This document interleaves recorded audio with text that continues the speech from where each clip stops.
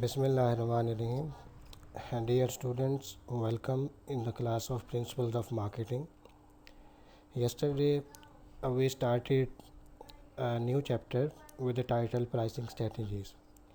And yesterday, we discussed some important definitions and important topic related to pricing.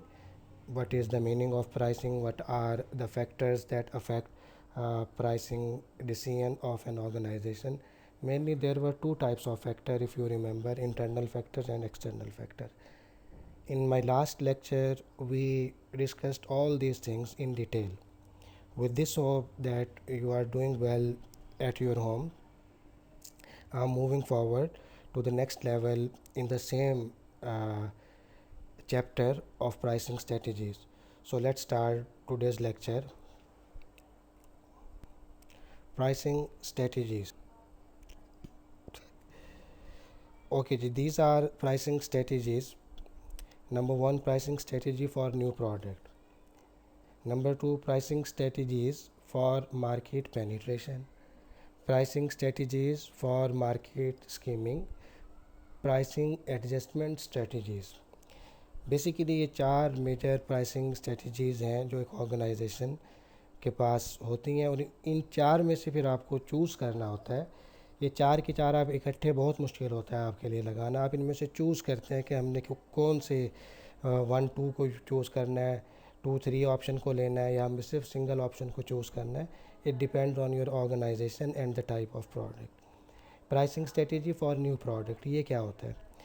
जब आप नया product market में launch करते हैं, फर्स्ट टाइम जब प्रोडक्ट मार्केट में आ रहा है, इससे पहले मार्केट में एग्जिस्ट नहीं करता, उसकी जो प्राइस आप सेट करते हैं, उसकी जो स्ट्रेटजी आप बनाते हैं, उस प्राइसिंग स्ट्रेटजी को, वो जो भी आपने बनाई है, that is called pricing strategy for new product. Then comes pricing strategies for market penetration. पहले तो समझे मार्केट पेनिट्रेशन क्या होता है. पेनिट्रेट, जैसे मैंने आपको लास्ट टाइम भी बताया था, पेनिट्रेट का मतलब होता है किसी चीज़ में दाखिल हो जाना, पेनिट्रेट कर जाना. मार्केट पेनिट्रेशन का मतलब, जो डिक्शनरी मीनिंग इसका ये हुआ कि मार्केट के अंदर दाखिल हो जाना. ये है क्या मार्केट पेनिट्रेशन? मार्केट पेनिट्रेशन एक आपका प्राइसिंग स्ट्रेटजी है जिसमें आप करते ये हैं कि आपके पास एग्जिस्टिंग मार्केट होता है और एग्जिस्टिंग प्रोडक्ट होता है. इसका और इसको आसानी से समझाता हूँ. फॉर एग्ज़ाम्पल, आपने एक बोर्ड मार्कर बनाया है. बोर्ड मार्कर एक कॉमन सी प्रोडक्ट है, इससे पहले भी मार्केट में मौजूद है. आपने वो बोर्ड मार्कर लाहौर की मार्केट के लिए बनाया. अब लाहौर आपका मार्केट है, जो एग्जिस्टिंग मार्केट है, प्रेजेंट आपका मार्केट है. बोर्ड मार्कर आपका प्रोडक्ट है, वो प्रोडक्ट भी एग्जिस्टिंग है, मतलब कि वो पहले से एग्जिस्ट करता है, कोई नया नहीं है. बोर्ड मार्कर बहुत पहले से मार्केट में मौजूद है, आपने कोई नया प्रोडक्ट नहीं बनाया. अब आपने बोर्ड मार्कर बना लिया. अब आप चाहते हैं कि लाहौर में बहुत सारे कॉलेजेस हैं, यूनिवर्सिटीज़ हैं, स्कूल्स हैं, हर जगह बोर्ड मार्कर की ज़रूरत है. पेंटर्स को, ड्राइंग वालों को, हर किसी को बोर्ड मार्कर की ज़रूरत है. स्कूल्स में ज़रूरत है, कॉलेजेस में, तो आपको यूँ लगा कि अगर मैं बोर्ड मार्कर बनाना शुरू कर दूँ, तो क्योंकि मार्केट तो मौजूद है उसकी, तो मेरा बोर्ड मार्कर बिकेगा. लेकिन वो कैसे बिकेगा? जब उससे पहले बहुत सारे मार्केट में कॉम्पिटिटर मौजूद हैं. लेट्स से डॉलर भी बना रहा है, पियानो भी बना रहा है, और बहुत सारे जो डिलक्स वाले हैं वो बना रहे हैं, डियर वाले बहुत सारे ब्रांड्स हैं जो आपके बोर्ड मार्कर बना रहे हैं. अब आपने भी बना लिया बोर्ड मार्कर, तो वो बिकेगा कैसे मार्केट में? वो मार्केट में तब बिकेगा जब आपका प्राइस सबसे कम होगा. जब आपका प्राइस सबसे कम होगा और क्वालिटी वैसी ही होगी जैसे औरों की है, तो तब कस्टमर आपका प्रोडक्ट लेने को राज़ी होगा, क्योंकि वो प्रोडक्ट पहले से मौजूद है मार्केट में. कोई अगर मैं डॉलर का ले रहा हूँ, I am very much satisfied with the performance of board marker that is manufactured by dollar. या जो पियानो ने बनाया, मुझे ठीक है, मैं क्यों चेंज करूँ. लेकिन जब उसको प्राइस कम नज़र आएगा कि इस बोर्ड मार्कर का प्राइस कम है और क्वालिटी वैसी ही है, तो उसके लिए अब अट्रैक्शन बनेगा. तो इस स्ट्रेटेजी को कहते हैं market penetration strategy for pricing. यानी इसमें आप करते क्या है, एग्जिस्टिंग प्रोडक्ट है, एग्जिस्टिंग मार्केट है, प्राइस को आप कम कर देते हैं, आप अपना जो प्रोडक्ट पे प्रॉफिट है ना उसको कम कर देते हैं। आगे अगर दूसरी जो कंपनीज़ हैं वो एक बोर्ड मार्कर पर 2 रुपये प्रॉफिट ले रहे हैं तो आप 1 रुपया लेना शुरू करेंगे, इससे भी कम कर देते हैं बाज़ दफ़ा कि आप 50 पैसा आप प्रॉफिट लेना शुरू कर रहे हैं शुरू में ताकि मेरी मार्केट बने। ये बड़ी कॉमन एक स्ट्रेटजी है, बहुत ज़्यादा मार्केट में यूज़ की जाती है। Then comes pricing strategy for market skimming. ये कि स्कीम करना किसे कहते हैं? स्कीम कहते हैं कि किसी भी चीज़ में से जो मेन एक्सट्रैक्ट है ना वो निकाल लेना। जैसे मिल्क की क्रीम निकाल ली जाती है, स्किम कर लिया जाता है उसको। अब वो मिल्क तो मौजूद है लेकिन उसमें वो न्यूट्रिएंट्स नहीं है जो पहले मौजूद थे उसके अंदर। उस मिल्क में वो न्यूट्रिएंट्स नहीं है, उस मिल्क में वो एनर्जी नहीं है क्योंकि वो स्किम हो चुका है, उसका जो क्रीम है वो स्किम हो चुका है। तो स्किम का मतलब ये है कि किसी चीज़ में से जो मेन एक्सट्रैक्ट है वो निकाल लेना, यानी उसको एक्सट्रैक्ट कर लेना, एब्स्ट्रैक्ट निकाल लेना उसका। तो मार्केट में जो स्कीमिंग स्ट्रेटजी है ये एक बड़ी ज़बरदस्त स्ट्रेटजी है और बहुत ही प्रॉफिटेबल स्ट्रेटजी है। लेकिन ये है क्या, पहले इसको समझें। स्कीमिंग स्ट्रेटजी ये होता है कि आपके पास एक नया प्रोडक्ट है, बिल्कुल नया प्रोडक्ट, मार्केट में इससे पहले एग्जिस्ट ही नहीं करता, लोगों के पास है ही नहीं, किसी भी कॉम्पिटिटर के पास नहीं है, फर्स्ट टाइम वो मार्केट में प्रोडक्ट लॉन्च हुआ है, आपके अलावा वो किसी के पास नहीं है। अब इसका मतलब ये हुआ कि आपके प्रोडक्ट का अब कंपटीशन नहीं है। एक बात याद रखिएगा, जब कंपटीशन नहीं होता तो आप आज़ाद होते हैं उस प्रोडक्ट का प्राइस सेट करने में।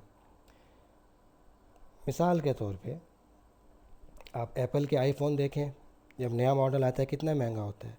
सैमसंग का जब कोई जो ऊपर की अपर स्क्रीन का जो कोई भी मॉडल आता है कितना महंगा होता है शुरू के अंदर। क्यों? क्योंकि उस जैसा मोबाइल पहले मार्केट में मौजूद नहीं होता, शुरू में जब आता है उस जैसा मौजूद नहीं होता, बाद में उसके कॉपी आना शुरू हो जाती है लेकिन शुरू में मौजूद नहीं होता, इसलिए वो महंगा होता है। स्कीमिंग स्ट्रेटजी प्राइसिंग की ये है कि जब आपके पास एक ऐसा यूनिक प्रोडक्ट हो जो और किसी के पास नहीं है तो आपको ये करना चाहिए कि आप उसका ज़्यादा से ज़्यादा प्राइस रखें, ज़्यादा से ज़्यादा प्रॉफिट बना लें उसमें। इसका आपका पॉलिसी ये होती है ऑर्गेनाइजेशन की कि इससे पहले कि कॉम्पिटिटर इसको कॉपी करना शुरू करें हम जल्द से जल्द प्रॉफिट बना लें, यानी हम यूनिट कम बेचें, मोबाइल कम बेचें लेकिन प्रॉफिट ज़्यादा बना लें। क्योंकि एक मोबाइल पे आपने प्रॉफिट रख ही इतना ज़्यादा लिया है, अगर 100 मोबाइल भी आपके बिक गए तो बहुत बड़ा प्रॉफिट आपने अर्न कर लेना है। 1000, ये बड़ी बड़ी ऑर्गेनाइजेशन है, इनके लिए तो 10-12 लाख मोबाइल बेचना कोई बड़ी बात नहीं होती। लेकिन जब वो स्कीमिंग की स्ट्रेटजी में आते हैं 10-12 लाख बेच जाते हैं पूरी दुनिया में तो बहुत प्रॉफिट कमा लेते हैं वो, यानी उनके सारे जो कॉस्ट है वो निकल जाती है। तो अब उसके बाद क्या होता है, जो आपके कॉम्पिटिटर हैं उस प्रोडक्ट को देखते हैं और उसको कॉपी करना शुरू करते हैं। कॉपी करना मार्केट में आजकल मुश्किल नहीं है, सेम टेक्नोलॉजी है, मशीन आपको भी मिल जाती है, टेक्नोलॉजी की कॉपी करना आजकल इतना मुश्किल नहीं रहा जितना पहले दौर में था। तो अब क्या होता है कि वक्त के साथ साथ उसी प्रोडक्ट का मार्केट में कॉपी वर्जन आना शुरू हो जाता है जो कम प्राइस में बिकता है मार्केट में, जिसको आप वैसे कहते हैं कि ये चाइनीज़ मोबाइल आ गया है, ये चाइना का आ गया है, इसकी परफॉर्मेंस वही आईफोन वाली है लेकिन प्राइस कम है, इसका कॉपी आ गई है उसकी। तो अब एप्पल आईफोन क्या करता है या सैमसंग क्या करता है, जब वो देखता है कि अब मेरे प्रोडक्ट का कॉपी वर्जन आ चुका है मार्केट में तो अब वो अपने प्रोडक्ट के प्राइस को रिड्यूस कर देता है। यानी स्कीमिंग में आप क्या करते हैं, शुरू में अपने प्रोडक्ट के प्राइस को सबसे ज़्यादा रखते हैं, फिर उसको ग्रेजुअली कम करते आते हैं। ये पता होता है आपको कि हमने इसको कम करना है, हमेशा इतनी प्राइस नहीं रखनी। ये कब करते हैं, जब आपके पास यूनिक प्रोडक्ट हो, आपको पता हो इस जैसा प्रोडक्ट मार्केट में है ही नहीं पहले। ओके जी, then comes pricing adjustment strategies. ये कौन सी स्ट्रेटजीज़ हैं?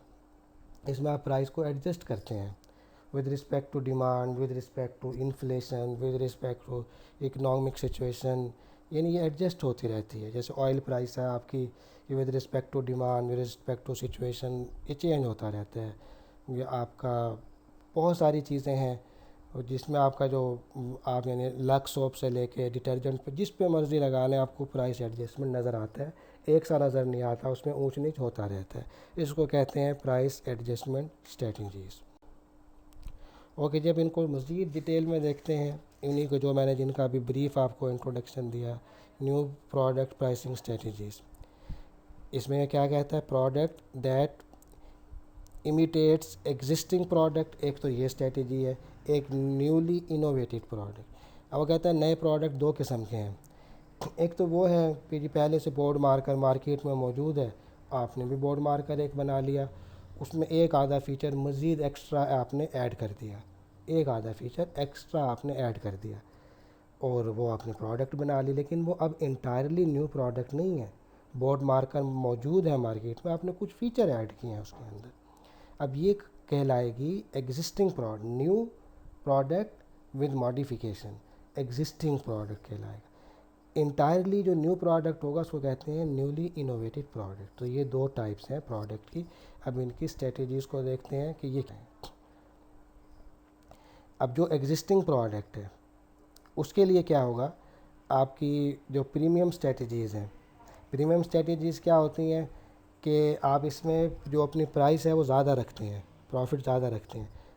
अब इसको प्रीमियम प्राइस कैसे लगाएंगे आप, उसमें बोर्ड मार्कर है आपके पास। अब आप चाहते हैं कि मैंने प्रीमियम स्ट्रेटजी के पीछे जाना है। प्रीमियम स्ट्रेटजी क्या है, आपने प्रॉफिट ज़्यादा करना है, यानी ज़्यादा करनी है प्राइस, प्राइस ज़्यादा होगा तो प्रॉफिट ज़्यादा होगा। आप कैसे, यानी आपको लोगों को समझाना होगा कि मैंने जो बोर्ड मार्कर बनाया है इसकी क्वालिटी मार्केट में जितने भी ब्रांड एग्जिस्ट करते हैं उन सबसे ज़्यादा अच्छी है। क्योंकि जब लोगों को ये पता होता है ना इसकी क्वालिटी सबसे अच्छी है तो वो ये बात समझ जाते हैं इसकी प्राइस भी ज़्यादा होगी। इसको कहते हैं premium strategy. Then comes value strategies. Value strategy, इसमें क्या करते हैं, हाई क्वालिटी आप करते हैं, क्वालिटी आपकी यानी ज़्यादा होती है, प्राइस लो होती है। ये आप कैसे करते हैं, इसका मतलब क्या है कि आप कस्टमर को ये यकीन दिलाते हैं कि आपने जितने पैसे दिए हैं हमने उससे बहुत ज़्यादा आपको दे दिया। जो उससे ऊपर वाली स्ट्रेटजी है उसमें यानी कस्टमर को आप ये यकीन दिलाते हैं कि जो हम क्वालिटी दे रहे हैं उतने पैसे लिए हैं आपसे। इसमें आप क्या कहते हैं, आप कहते हैं कि हमने आपको क्वालिटी ज़्यादा दी है, आपसे पैसे कम लिए हैं। इसको कहते हैं value strategy. Then economic strategy. Economic strategy ये एक आम सी स्ट्रेटजी है, इसमें क्वालिटी भी लो है, प्राइस भी लो है। मसलन अगर आप जाएँ मार्केट में एयर कंडीशन लेने जाएँ तो, या मोबाइल लेने जाएँ तो आखिर जब आप चाइनीज़ मोबाइल पे एंड करते हैं जो सस्ते है आपके ब्रांड, ये इकोनॉमिक स्ट्रेटजी है जिसकी यानी क्वालिटी भी कम होगी, प्राइस भी, यानी ये जस्टिफाइड है कि आप कह देते हैं कि जिसकी प्राइस कम है इसकी क्वालिटी भी कम है। आप ये देखें अगर ये लेना चाहते हैं ये कम प्राइस की रेंज है, इसको कहते हैं economic strategies. Then over charging strategies. Over charging ये जो ऊपर ऊपर हमने पढ़ी उसका रिवर्स है, यानी इसमें क्वालिटी लो प्राइस हाई, यानी डिसीव करने वाली स्ट्रेटजी है। और ये ज़्यादा टाइम चलने वाली स्ट्रेटजी नहीं होती क्योंकि आप एक आध दफ़ा तो मार्केट में चला सकते हैं इसको, लॉन्ग रन नहीं इसको चलाया जा सकता। लोगों को पता चल जाता है कि हमें डिसीव किया जा रहा है, हमें चीट किया जा रहा है। अक्सर जो आप ऑनलाइन शॉपिंग करते हैं पाकिस्तान में ये बहुत ज़्यादा होता है कि जब वो प्रोडक्ट इन जेन्युइन है, टीवी पे आपको कुछ और नज़र आ रहा होता है, फेसबुक पे कुछ और, जब आपके इन जेन्युइन हाथ में वो प्रोडक्ट पहुंचता है तो आपको पता चलता है कि जी हमारे साथ तो फ्रॉड किया गया है, ये वो प्रोडक्ट नहीं है जितने इसकी क्वालिटीज़ बताई गई थी, ये हमें डिसीव किया। इसको कहते हैं ओवर चार्ज स्ट्रेटजीज़। ये अच्छी स्ट्रेटजीज़ को नहीं गिना जाता मार्केटिंग की दुनिया में। ठीक है जी, ओके जी। अब आगे देखते हैं आगे क्या है। Pricing strategy for newly innovated, जो पहली दफ़ा जैसे मैंने आपको बताया, ये देखें इसमें आ गई है मार्केट स्कीमिंग स्ट्रेटजीज़। मुझे ये दोहराने की ज़रूरत तो नहीं है, ये वही स्ट्रेटजी है जो अभी हमने पढ़ी है कि पहले आप प्राइस ज़्यादा रखेंगे सबसे ज़्यादा, बाद में उसको कम करते आएंगे। उसके बाद जब प्रोडक्ट आपका मार्केट में कॉपी होना शुरू हो जाता है तो आप पेनिट्रेशन पे मूव कर जाते हैं, यानी आप मार्केट में एग्जिस्टिंग प्रोडक्ट आप प्राइस कम कर देते हैं ताकि आपकी प्रोडक्ट को कस्टमर ज़्यादा प्रेफर करें। एड अप स्ट्रेटजी भी किसको कहा जाता है। ओके जी, ओके जी, लेट्स सी कि आगे इसमें मज़ीद क्या है।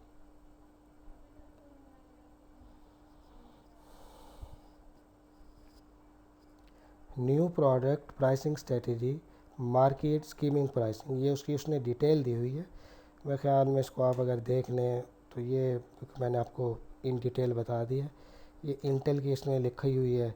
इंटेल का जब भी कोई नया प्रोसेस, अच्छा ये बड़ा अच्छा है कि आपके कंप्यूटर साइंस के रिलेट ये एग्जांपल आ गई है कि जब भी इंटेल माइक्रो प्रोसेसर इंट्रोड्यूस कराता है मार्केट में नया, तो उसका प्राइस शुरू में काफ़ी ज़्यादा होता है। लेकिन जैसे जैसे एटीएम है ये, और एटम प्रोसेसर है, या जो और दूसरे प्रोसेसर बनाने वाली कंपनीज़ हैं, ये बनाना शुरू कर देती हैं। ये एसर का है प्रोसेसर फॉर एग्ज़ाम्पल। तो यानी ये जब आप कॉपी कर लेती हैं तो फिर इंटेल भी अपना प्राइस उसमें कम करता आता है। ये तो मुझे बताने की ज़रूरत नहीं है, वैसे ये आप ये बहुत अच्छे से इसको समझ सकते हैं। ये दोनों इसमें जो स्ट्रेटजीज़ हैं ये कंप्यूटर साइंस से रिलेट करती हुई हैं, तो मुझसे ज़्यादा बेहतर आप उसको एक्सप्लेन कर सकते हैं। हाँ, अब ये डिटेल है इसकी, वही बात, company fixes very high price for its product and then introduces it in the first layer of the market. First layer of the market जो आपकी इलियट क्लास है ना, उसको इंट्रोड्यूस कराया जाता है। आफ्टर अ वाइल, कुछ वक्त के बाद, the company then reduce the price. जब मार्केट में कॉपी हो जाती है इसकी, फिर इसके प्राइस को कम किया जाता है for the product slightly before introducing the product in the second layer. Second layer होता है, ये लेयर्स पहले समझने में, सबसे पहले आपकी जो होती है वो टॉप क्लास, जो इलिट क्लास है किसी भी कंट्री की, जो अमीर तरीन लोग हैं उनको पैसों का मसला नहीं है। फिर आपका मिडिल क्लास आता है, फिर नीचे वाली क्लास। तो सेकेंड लेयर में आपके जो मिडिल इनकम ग्रुप है वो आता है। यानी जब कंपनी प्रोडक्ट का रिड्यूस करती है प्राइस, तो उसको वो सेकेंड लेयर में इंट्रोड्यूस करा देती है। जो मिडिल इनकम लोग हैं वो भी इसको परचेज़ करना शुरू कर देते हैं। अच्छा, उसके बाद प्राइस को जब मज़ीद रिड्यूस किया जाता है, तो जो यानी कि जो लो इनकम वाले जो लोग हैं वहाँ तक ये थर्ड लेयर में आ गई है, तो उनके लिए अवेलेबल हो जाती है। This cycle is repeated before the product is withdrawn. जो हमने प्रोडक्ट लाइफ साइकिल पढ़ा था ना, उसमें मैच्योरिटी के बाद जो डिक्लाइन ये वही फेज़ की बात कर रहा है कि ये स्ट्रेटजी रिपीट करती रहती है कंपनी प्राइस रिड्यूस करने की, कि यहाँ तक कि प्रोडक्ट मार्केट से ऑब्सलीट हो जाता है, विदड्रॉ कर लिया जाता है। This strategy is intended to cover the high cost of production of the new product and the same time help the company to solve the financial problem quickly। कि जल्दी जल्दी आप प्रॉफिट को समेट लें, इससे पहले कॉम्पिटिटर मार्केट में जंप इन करें और वो आपके प्रॉफिट पे कट लगाने की कोशिश करें, तो आप जल्दी जल्दी प्रोडक्ट बेच के ज़्यादा से ज़्यादा प्रॉफिट कमा लें। स्कीमिंग प्राइसिंग की ये स्ट्रेटजी है। अब कंडीशन क्या है? स्कीमिंग सुनने में तो बहुत अच्छी लगती है, लेकिन प्रॉब्लम यह है हर स्ट्रेटजी कंडीशन के साथ लॉक है। यानी हर ऑर्गेनाइजेशन की ये ख्वाहिश तो होती है कि वो स्कीमिंग की स्ट्रेटजी को लगा ले, लेकिन लगा नहीं सकती, क्योंकि कुछ कंडीशन हैं जो उसको लीड कराती हैं। वो कौन सी हैं? Company must be the only seller, कि आपके अलावा वो प्रोडक्ट किसी के पास नहीं होनी चाहिए। The product quality and image, यानी जो आपकी कंपनी का इमेज है ना, वो बहुत अच्छा होना चाहिए मार्केट में। अब मैं अगर एक लेकिन नई कंपनी हूँ जिसका मार्केट में एक्सपीरियंस नहीं है, मैं किसी भी सूरत स्कीमिंग नहीं लगा सकता। अगर सैमसंग लगाता है स्कीमिंग, समझ आती है, उसकी मार्केट में इमेज है, बड़ा ब्रांड है। एप्पल आईफोन लगाता है, समझ आता है, बड़ा ब्रांड है। अब मैंने अगर आके और मैं ये क्लेम करूँ कि मेरी क्वालिटी बिल्कुल एप्पल आईफोन जैसी है, तो आप मुझे भी 90,000 दे दें, कोई भी नहीं देगा मुझे। तो इसमें आपकी क्वालिटी और इमेज का बहुत अच्छा होना ज़रूरी है। There must be enough buyer who want the product at the initial high price। या आप पहले से रिसर्च कर लें कि मैं जिस मार्केट में ये स्कीमिंग की स्ट्रेटजी को लॉन्च कर रहा हूँ, वहाँ पे इतने लोग मौजूद हैं जिनकी बाइंग पावर है, यानी अमीर लोग मौजूद हैं अच्छी तादाद में कि नहीं वहाँ पर। अच्छा, फिर इसमें यह भी देख रहे हैं कॉम्पेटिटर नहीं होने चाहिए आपके, यानी शुरू में नहीं होने चाहिए। बाद में तो आ जाते हैं, शुरू में नहीं होने चाहिए, क्योंकि अगर शुरू में कॉम्पेटिटर होगा, आप महंगी प्रोडक्ट इंट्रोड्यूस कराएंगे, वो सस्ती करा देगा, लोग वहाँ चले जाएंगे। ओके जी, आई गेस आपको समझ आ रही है बात मेरी। मार्केट शेयर याद है ना जो मैंने आप। ओके जी, जो पेनिट्रेशन स्ट्रेटजी है इसकी भी कुछ कंडीशन है, जिसमें नंबर 1 कंडीशन है वो है प्राइस सेंसिटिविटी। प्राइस सेंसिटिविटी क्या होता है, पहले इसको समझें। प्राइस सेंसिटिविटी ये होता है कि अगर आपको ये लगे कि मैं अपने प्रोडक्ट का प्राइस रिड्यूस अगर कर दूं, कम कर दूं, तो लोग ज़्यादा से धड़ाधड़ मेरे प्रोडक्ट को ख़रीदना शुरू कर देंगे। अगर तो आपको यूँ लगता है, you can go for price penetration strategy, लेकिन इसको अच्छी तरह सोच लें। कुछ प्रोडक्ट ऐसे हैं जिनमें प्राइस सेंसिटिविटी का कोई ताल्लुक़ ही नहीं है। गोल्ड को देख लें फॉर एग्ज़ाम्पल, प्राइस भी बढ़ी जा रहा है, डिमांड भी बढ़ रहा है, हर साल दुनिया में गोल्ड का महंगा हो रहा है, प्राइस भी बढ़ रहा है। तो कुछ प्रोडक्ट ऐसे हैं जिन पे जो प्राइस सेंसिटिव नहीं है। इसी तरह अगर आप देखें, पेट्रोल को देख लें, महंगा भी होता जा रहा है और प्राइस भी उसका, यानी डिमांड भी दुनिया में बढ़ता जा रहा है उसका। कुछ सिचुएशन में कम हो जाता है, जैसे आजकल टेम्परेरी कम हुआ है, लेकिन कुछ वक्त के बाद आप देखेंगे ये फिर राइज़ कर जाएगा, लेकिन इसमें प्राइस सेंसिटिविटी नहीं है। तो अगर आपको लगता है कि मेरी प्रोडक्ट में प्राइस सेंसिटिविटी ज़्यादा है, तो और मैं अगर इसका प्राइस रिड्यूस कर दूं तो धड़ाधड़ मेरा प्रोडक्ट बिकेगा, you can go for product ये मार्केट पेनिट्रेशन प्राइसिंग स्ट्रेटेजी। और दूसरा, अगर आपको लगे economies of scale. Economies of scale क्या होता है कि अगर आपको लगे कि अगर मैं प्रोडक्शन लेवल बढ़ा लूँ, यानी अगर मैं पहले 100 यूनिट बना रहा था एक प्रोडक्ट के, अगर मैं 200 यूनिट बनाना शुरू कर दूं, तो मेरा जो पर यूनिट कॉस्ट है वो कम हो जाएगा। इसको कहते हैं इकोनॉमीज़ ऑफ स्केल। इसको ऐसे समझें, आप कभी विज़िटिंग कार्ड बनाने मार्केट में जाएं, तो आपसे सबसे पहले पूछेगा कि जी जो प्राइस है ना, वो आपकी क्वांटिटी पे डिपेंड करती है। अगर आप 500 कार्ड बनवाएंगे उसका प्राइस और है, 100 कार्ड्स का और है, 1000 का मज़ीद कम हो जाएगा प्राइस। अगर आप 10,000 विज़िटिंग कार्ड बनाते हैं तो मज़ीद कम हो जाएगा। तो अगर आपको लगे कि प्रोडक्शन बढ़ने के साथ साथ प्राइस कम होगा आपका, तो आप लाजमी तौर पे प्राइस पेनिट्रेशन स्ट्रेटेजी को लगा लें। यानी अगर आपको लगता है कि अगर मैं अभी 100 यूनिट बना रहा हूँ, अगर मैं 1000 बनाऊँ तो मेरी जो कॉस्ट ऑफ प्रोडक्शन है वो और कम हो जाएगी और मेरा प्रॉफिट बढ़ जाएगा, तो you can go for penetration strategy. Similarly, अगर आपको लगे कि मेरा जो कि एक कम प्राइस है, इससे मैं कंपटीशन से बच सकता हूँ, कंपेटिटर मेरे करीब नहीं आएंगे क्योंकि उनको पता है मैं सबसे कम पैसों पे बेच रहा हूँ, तो भी आपको ये पेनिट्रेशन स्ट्रेटेजी लगा लेनी चाहिए। तो आज का जो हमारा लेक्चर है, ये पार्ट 2 में हमने यहीं तक इसको डिस्कस करना है। आप यहाँ तक जो अपने नोट्स हैं उसमें इसको रजिस्टर कर लें, रिकॉर्ड कर लें। ये सारे जो पार्ट्स हैं, यानी पूरे चैप्टर की, इन दोनों चैप्टर की मैंने इकट्ठी जो स्लाइड्स हैं विदाउट ऑडियो, ये इजी क्लास पे अपलोड कर दी हैं, आप वहाँ से भी डाउनलोड इसको कर सकते हैं। बाकी जो पार्ट्स में ये लेक्चर हैं ये आपको पार्ट्स में मिलते रहेंगे। ये पार्ट 2 मैंने आज आपको डिलीवर कर दिया है। कल हम ये यहाँ से प्राइस एडजस्टमेंट स्ट्रेटजी से हम इसको डिस्कस करना शुरू करेंगे पार्ट 3 में। तो तब तक के लिए इजाज़त, इंशाअल्लाह फिर हमारी मुलाकात होगी। Thank you very much and अल्लाह हाफ़िज़।